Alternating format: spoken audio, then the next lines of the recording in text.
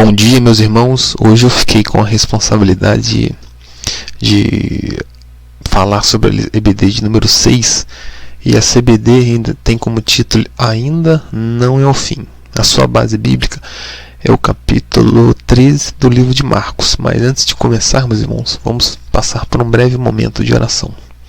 Obrigado, Senhor, por esse momento, Deus, que todos que estejam ouvindo essa Tua palavra, Pai, possam compreender, Senhor, esta palavra que vem de Ti, ó Pai, que não sejam ditas as minhas palavras, mas as Tuas, ó Pai.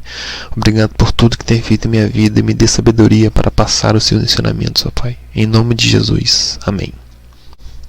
No capítulo introdutório, irmãos, da revista, nós ficamos sabendo que neste capítulo 13, Jesus estava saindo do templo com os seus discípulos. E os discípulos estavam maravilhados com a obra faraônica que tinha sido feita naquele templo. O templo era gigante, era enorme, e os discípulos estavam falando muito bem desse templo, que era muito lindo, que era maravilhoso, que era muito grande. Então, Jesus, vendo os seus discípulos exaltarem tão grandiosamente essa obra, Jesus foi e disse o seguinte: tudo será destruído, não ficará pedra em cima de pedra. Com essas palavras, Jesus nos mostra que os templos e construções não importam, porque eles passarão, porém a palavra de Deus nunca passará. Um bom exemplo que nós temos disso, Deus, é a nossa igreja. A nossa igreja tinha um templo pequenininho, mais reduzido há alguns anos atrás. Então nós fomos lá, demolimos esse templo e fizemos um outro que nós estamos terminando de construir. Inclusive estamos botando o vidro nesta semana. Então nós podemos observar que o templo, a matéria física da obra, ela passou e agora já tem uma nova. Porém, a palavra de Deus, aquela que foi dita desde o primeiro dia da inauguração, é a mesma que é dita hoje. É a mesma palavra.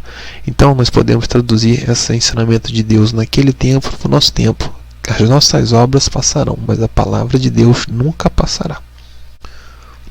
A própria revista tem um parágrafo que é bem interessante. Diz o seguinte: nenhum lugar de culto, nenhum ritual religioso, nenhum calendário eclesiástico poderá substituir o nosso relacionamento pessoal com Deus, marcado por um coração quebrantado e contrito, um culto em espírito e em verdade.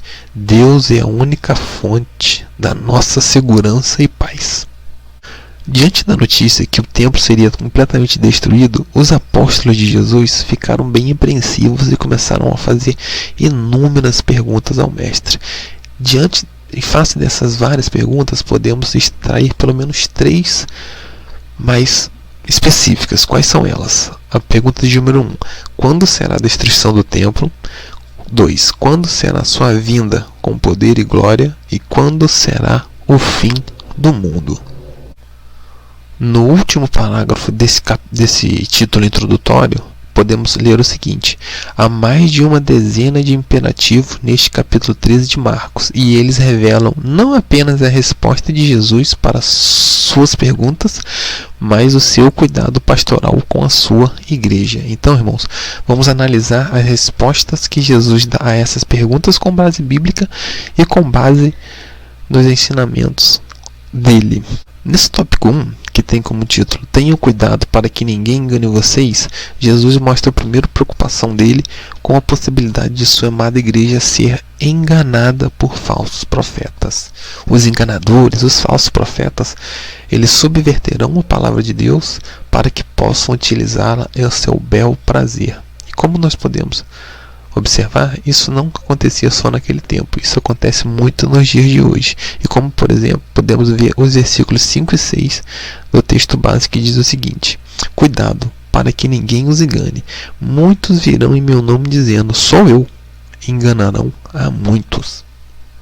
Jesus disse nesse capítulo 13, no comecinho assim dos versículos, que diversos sinais aconteceriam, como por exemplo guerras, terremotos, princípios de guerra, entre outros, e que esses acontecimentos não ficariam restringidos só naquela época, seria por todo o passar dos anos, como realmente aconteceram guerras no passado, quase acontecendo guerras, acontecem terremotos, por exemplo, no Brasil hoje parece que está nevando em alguns lugares, e isso Jesus falou que ia acontecer e realmente aconteceu. O que nós temos que ter cuidado é que certas pessoas estão usando esses estes acontecimentos como sinais divinos para o apocalipse e para o fim. O acontecimento de, por exemplo, dar um terremoto, alguma coisa, não significa que o apocalipse será amanhã. Então temos que ter discernimento para saber quais são as obras que realmente, quais são os sinais que realmente acontecem e quando será o fim. O fato de estar nevando no Brasil hoje não quer dizer que neste fim de semana será o fim do mundo. Jesus tem essa preocupação com a sua igreja, que muitas pessoas usariam diversos acontecimentos que estavam na Bíblia como sinal de apocalipse e do fim do mundo, o que está equivocado. Voltando para a revista, no último parágrafo do tópico 1, temos o seguinte texto: precisamos tomar cuidado para não sermos enganados. É por isso que precisamos conhecer bem a palavra de Deus. Não se precipite em dizer que Jesus vai voltar amanhã, só porque hoje houve um tremor de terra ou rumores de guerra. No tópico 2, irmãos, temos o seguinte título: tenha cuidado na hora do sofrimento. Se nós pegarmos o capítulo 13, mais aproximadamente ali no versículo 14 a 24, podemos observar que Jesus ensina à igreja que a igreja terá diversas tribulações e essas tribulações não serão fáceis. Com isso, Jesus deixa claro que o cristão não está imune às adversidades. E com isso, para exemplificar, podemos observar mais precisamente no versículo 17 a 19, que diz o seguinte: como serão terríveis aqueles dias para as grávidas e para as que estiverem amamentando. Orem para que essas coisas não aconteçam no inverno, porque aqueles serão dias de tribulação, como nunca houve desde que Deus criou o mundo até agora, nem jamais haverá. Com isso, Deus deixa claro que a vida do cristão não vai ser um mar de rosas, muito vendo mil maravilhas. A vida do cristão terá diversidade, terá tribulações, como todos os outros. A própria revista tem um parágrafo muito interessante que diz o seguinte: é impossível uma vida sem sofrimento, mesmo quando a pessoa procura fazer tudo certo. Jesus, mais do que qualquer outro, nos ensina como enfrentar a dor e a perseguição, sem se desviar do caminho. É na hora do sofrimento que mostramos ao mundo que não servimos a Deus em troca de bênçãos materiais. Deus não compra nossa fidelidade com favores. Caso fosse assim, nossa relação com Ele seria mercantilista e nosso caráter mercenário. O mundo acha que o cristão não terá sofrimentos, porém, isso aí é um enorme engano, porque Deus deixa claro que no mundo tereis aflições. Porém, como nós temos a confiança em Cristo, a nossa vida não se baseia na glória mundana, e sim na glória eterna.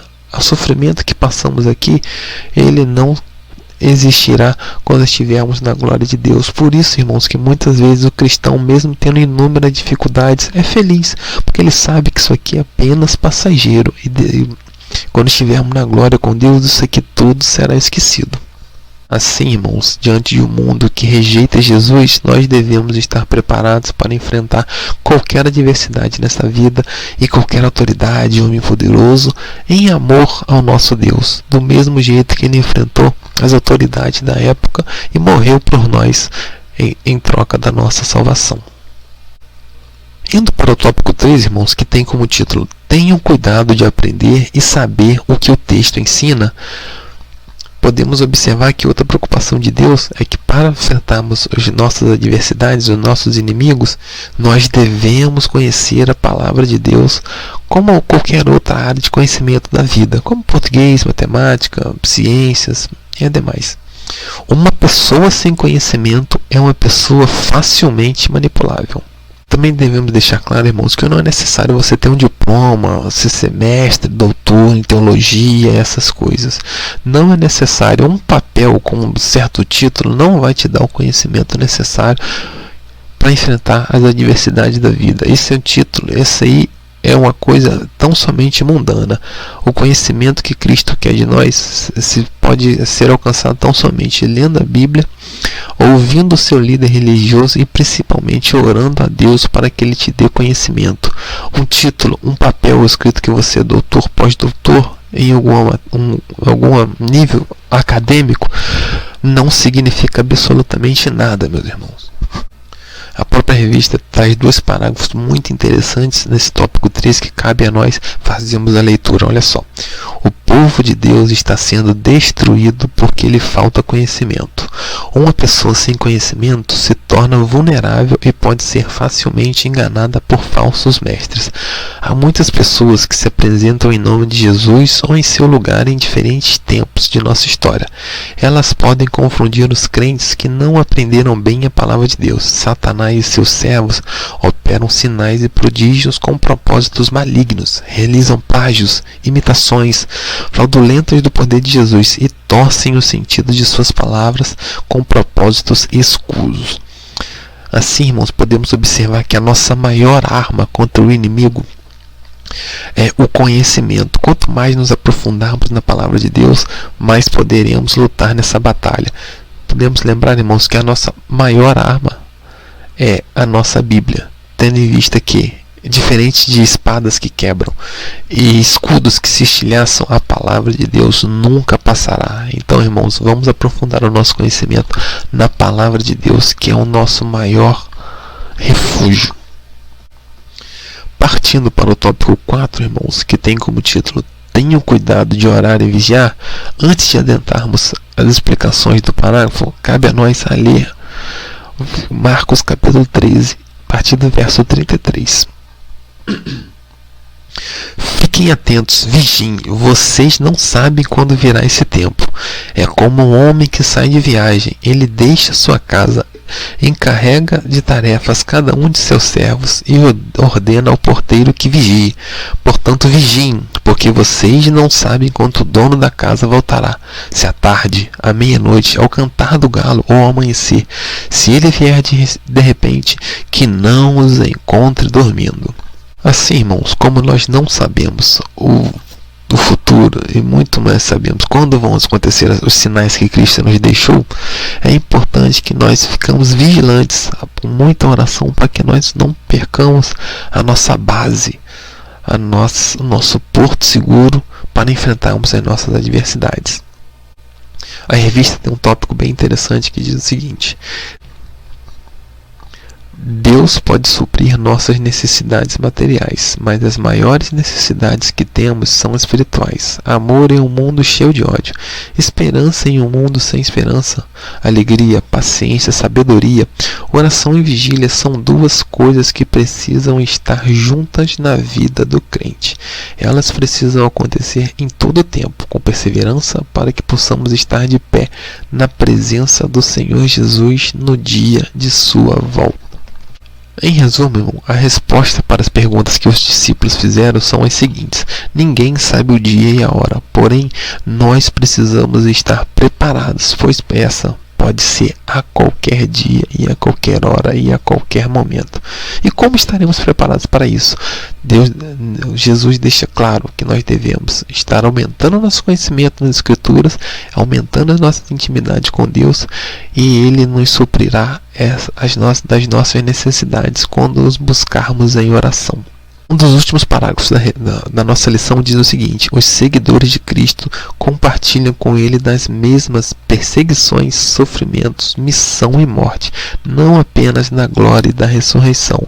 Jesus também passou por todas as adversidades na sua vida, inclusive por algumas que nós estamos passando por hoje, mas Ele resistiu e Ele é o maior exemplo que nós temos dessas situações. Por fim, a revista deixa um parágrafo excelente que diz o seguinte: habitaremos com Ele em um novo céu e uma nova terra. Vamos, pois, continuar servindo com fé e amor. Estejamos prontos. Ele é a nossa alegria e esperança. Vigiem e orem. Então, irmãos, para recapitular e dar um ponto final na lição de hoje, podemos observar que nós precisamos aumentar o nosso conhecimento da palavra de Deus para que possamos fugir dos falsos profetas e de errôneas interpretações da Bíblia, nós devemos ter maior intimidade com Deus através da oração e da vigília, para que nós estejamos prontos quando Ele nos chamar, e que nosso maior exemplo de perseverança diante de adversidades é de Jesus Cristo. Devemos segui-los e estarmos prontos para o que der e vier.